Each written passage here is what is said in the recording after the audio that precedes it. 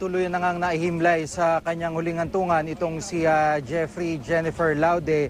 Ito'y dito sa may Old Cabalan, itong Heritage Memorial Park. At alam mo, Tina, yung dami nung nakiramay dito ay na isa sa mga naging resulta ay mabigat na daloy ng trapiko sa mahabang bahagi ng Olongapo.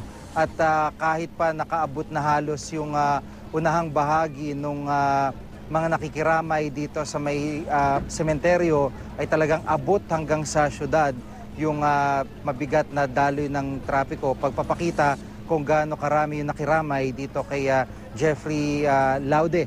At kanina nga po ay nakita din natin na talagang sumama ang pakilasan nitong nanay ni Laude dahil halos hindi na po ito makalakad at halos matumba na rin. Kinailangang alalayan pa nung ilang mga kaanak para maisakay pabalik sa kanilang sasakyan dahil sa pagkahilo at sobrang sama ng loob.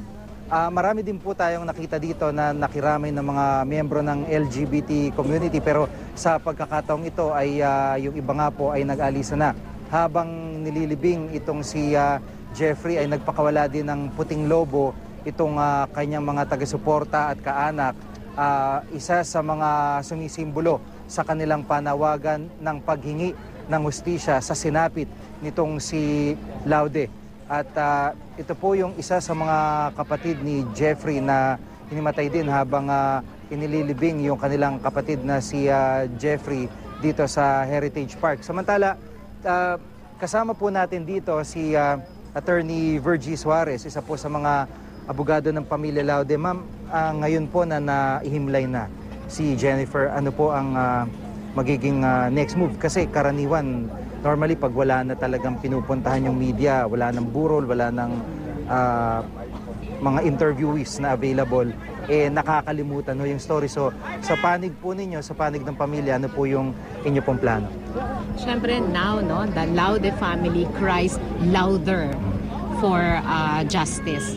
Sana yung malakas ito, enough for our government to see and to hear, yung mga panawagan ng family for justice. Sana louder enough, para din ang mamamayan ay manatiling nandoon ang suporta. Louder enough, para ang Estados Unidos ay tunay, na makipag-cooperate para dun sa hustisya para sa Laude family. Opo, at bukod dito sa mismong libingan, meron nun iba't ibang programa ngayon na nangyayari sa papunta sila Camp Aguinaldo mula UP at iba pang mga lugar sa Kamaynilaan. So ano po ang pinapahiwatig nito, sinisimbolo po nito?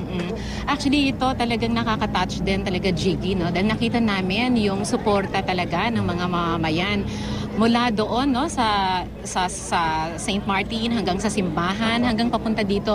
People were lining up sa streets and really shouting justice for Jennifer. Kaya talagang, bagamat talagang nalulungkot ang family, talagang kitang-kita naman yung suporta. Kaya may galak, alam mo yung magkahalong pakiramdam na nagagalak sila, nalulungkot, pero natutuwa sa napakainit na suporta ng mamamayan. Hindi lang dito, pati sa Manila, may mga pagkilos na naganap bilang suporta dito sa kay Jennifer. Opo, habang sa huling araw po ng burol at bago ilibing, meron ho bang nabanggit sa inyo yung nanay ni Jennifer na talagang ilalaban ito, itutulak natin tong kasong to hanggang sa huli?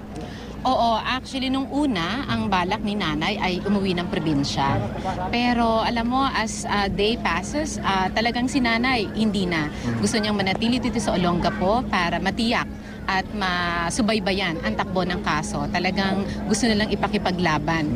Ako naman, paliwanag ko sa kanila, talagang ito ay hindi dapat tingnan ng simpleng kaso lang nila dahil ito ay mukha ng bawat Pilipina, mukha ng bawat mamamayang Pilipino. Pinapahiwatig nito ang tunay na kalagayan ng mamamayang Pilipino sa ilalim nitong EDCA ng VFA. Of course, hindi po lingid din sa kaalaman nyo na tumanggap din ng matinding pagbati ko si Jennifer, si Jeffrey sa social media. So ano po ang naging reaction po ng pamilya dito? Kasi for the longest time, hindi rin po sila nag-react. Ano po ang nababanggit nila? Alam mo, Jiggy, nakakalungkot yan. I am living with the Laude family. mula nung simulan kong hawakan ang kaso na ito, I've been living with them for quite some time. And every morning I will go around, no? Makikilala ko siya kung paano ang pagtingin ng komunidad sa kanya. Mabuti siyang babae. Mabuti siyang tao. Kaya nakakalungkot na yung mga hindi nakakilala sa kanya, yun pa yung naninira sa kanya. Pero sa komunidad, napakabuti niyang tao. And the people love her. At yun, napatunayan ko. Lalo na ngayon, napatunayan yan sa dami ng sumuporta sa kanya, sa dami ng mga taong pumila, no, sa kalye para lang ipakita yung pagrespeto kay Jennifer at pagsuporta sa kanya. Opo. Yung po bang kaso na maaaring karapin ni Mark, yung kanyang fiancé, kayo din po maghahawak o paano po ang usapan doon? Yes, kami rin ni Harry ang hahawak doon. Of course, ayaw kong problemahin yung Jiggy, no, at this point in time because we haven't received any information, we haven't received any complaint. What we simply receive is simply a press statement. Apo. So sa ngayon po, ano po yung aabangan din ng publiko? Ano po yung susunod? Yung paglabas na ba nitong si Pemberton? Jiggy, we filed a motion. It's an omnibus motion. First, for the respondent to appear sa October 27 hearing, no, and then second for the Philippine government to be able to get the buccal swabs and the fingerprints from Pemberton, and then the third, diba, to submit the same for forensic and DNA testing. This is really important, Jiggy, kasi marami nakuhang fingerprints doon sa may crime scene. Therefore, para malaman mo kung talagang kay Pemberton yon, dapat makakuha din ng matest din yung DNA test at makompare, kasi that's the only way na mako-compare mo at mapapatunayan mo na yung fingerprints ni Pemberton ay yun yung fingerprints na nandoon sa may crime scene. Maraming salamat po sa pagkakataon si Attorney Virgie Suarez. Siya po yung isa sa mga abogado ng pamilya Laude na ngayon nga po ay kakatapos lamang ilibing nitong si Jeffrey Laude dito sa Heritage Memorial Park, dito po sa may Old Cabalan, Olongapo City.